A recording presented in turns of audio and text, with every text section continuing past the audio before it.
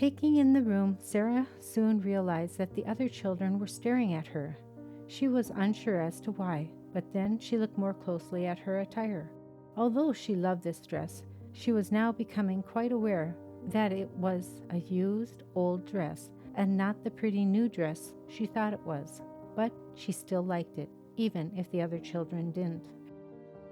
Hello, you are listening to In My Words. The book I am reading from is titled The Monster We Call Dad by D.A. Riles. This book is not intended for young readers.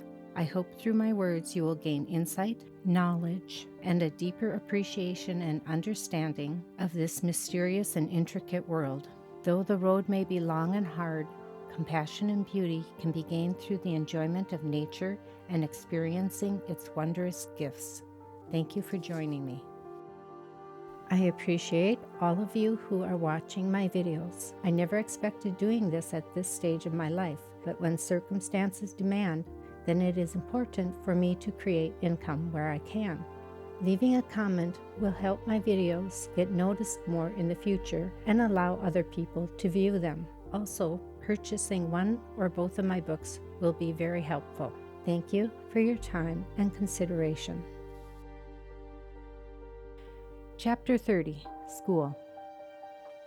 Sarah was starting first grade and was afraid of her new surroundings. She was going to go to the Catholic school now. What if she didn't like this new school? What if she never made any friends?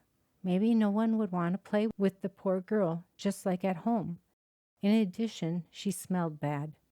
Being so young and always being dirty, Sarah didn't know just how offensive she was. Her demeanor was very pleasant, and she was polite and kind, but she just smelled and looked really bad most of the time.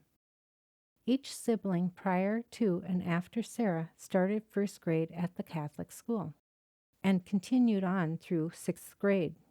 None of the children liked the school, for they were always picked on. No one wanted them there, and they didn't want to be there either. And now it was Sarah's turn to face the school. Her family already had a bad reputation, and she just added to the pot. Since Sarah's family was so poor, the school waived the tuition fees and had a charity pay for them. Being a pretentious type of school, they took great effort in making sure everyone knew who the charity cases were. That meant that Sarah's whole family was looked down upon.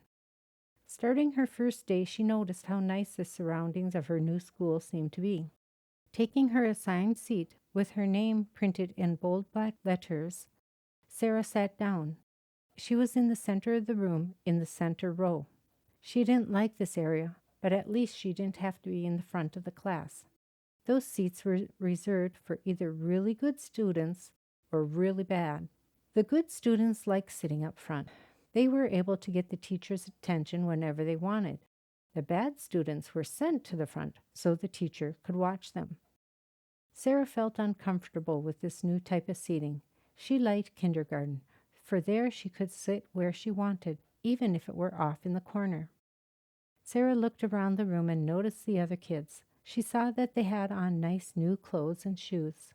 The girls wore the cute dresses that fit them and highly polished black strapped shoes.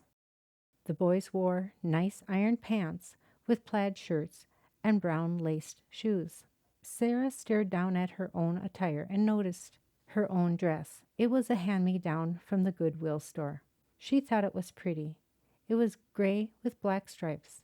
The black plastic belt with its large buckle in front made the sides of her dress flare out. She liked it like that, and then she would spin around and her dress would spin with her. Her shoes were little. They were black and a bit scuffed up. However, they felt comfortable to Sarah. Taking in the room, Sarah soon realized that the other children were staring at her. She was unsure as to why, but then she looked more closely at her attire.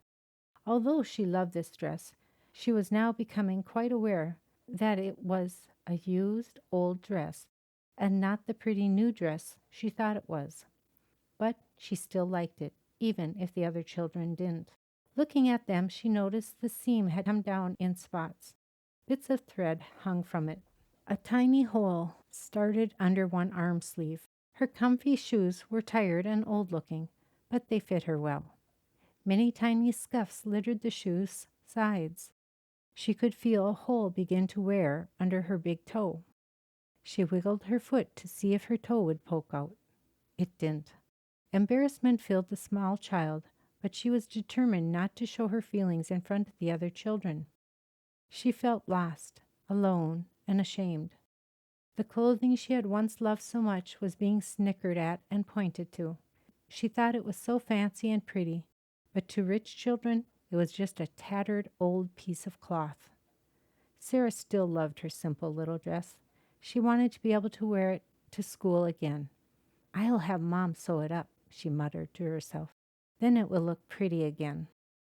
Mom was a good seamstress. She made clothes for the kids. She sewed on buttons, patched knees, and put back together many of the children's worn-out clothes. She had to. Dad almost never allowed for new clothes. It was just too expensive. The day wasn't beginning out well, but Sarah still had hope. 2 hours into school, recess came.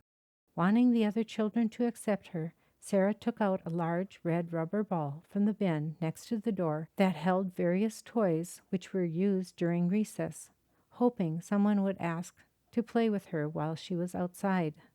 Over the days, Sarah learned that she would have to wait in line to go outside to play. A child was able to hold the toy which they chose, but if a boy or girl bounced a ball or dropped the toy, they would have to be the last one to go outside. In addition, they would lose the use of the toy which they had chosen. Looking down at the ball as she walked out the doors, Sarah peeked up briefly to see if anyone wanted to play with her. Entering the schoolyard, Sarah started bouncing the ball. Some children began to play with friends from last year. Some went to the swings or slide. Sarah bounced the ball as she walked toward the brick wall of the building.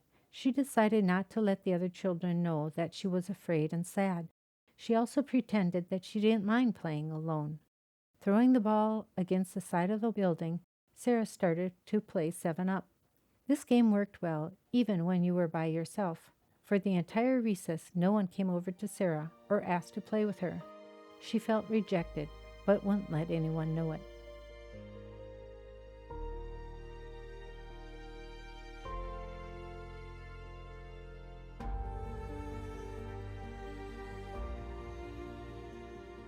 Today I'm making a breakfast, what I consider a breakfast meal.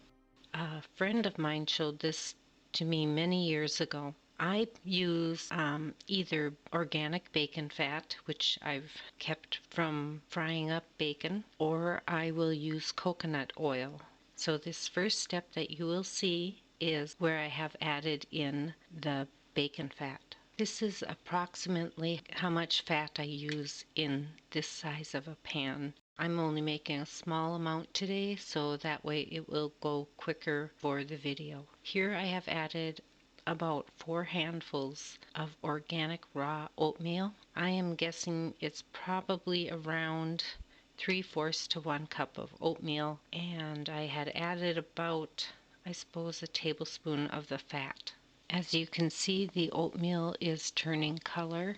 I allow my oatmeal to cook for approximately 3 to 4 minutes. I like to get mine nice and toasty. When I first add the oatmeal to the oil, I make sure the oil has melted, and I have the setting on the stove between 7 and 8. And then as it begins to brown, I turn it down to 4 and allow it to continue to brown slower. If you will notice in the center, I have added about a tablespoon of crushed up walnuts. On top of that, I have added some pieces of pre-cooked bacon. Here is what it looks like as I am stirring it to keep the oatmeal from burning. In a short while, I will be adding water to this pan, and you will see it steam up as I do that. Many times I use my hot water from my teapot. However, today I am just using cold water from the teapot. So as you do this, be careful. Remember, you are cooking with heat, which can cause burns and scalds and other things like that. So be careful as you cook. Just be aware of what you're doing and pay attention. Keep small children away. As you can see, the oatmeal is becoming nice and brown.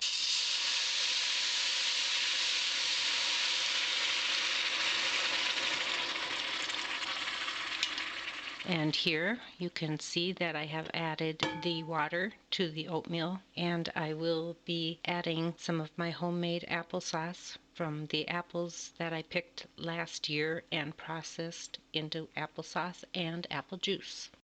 As you can see here, it is continuing to cook.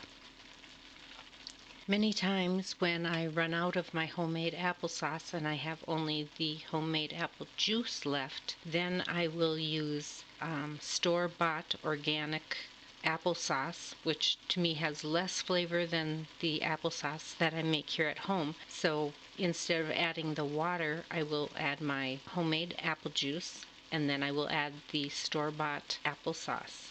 But for today, because I have made some applesauce again for this year, I am going to be adding my homemade applesauce.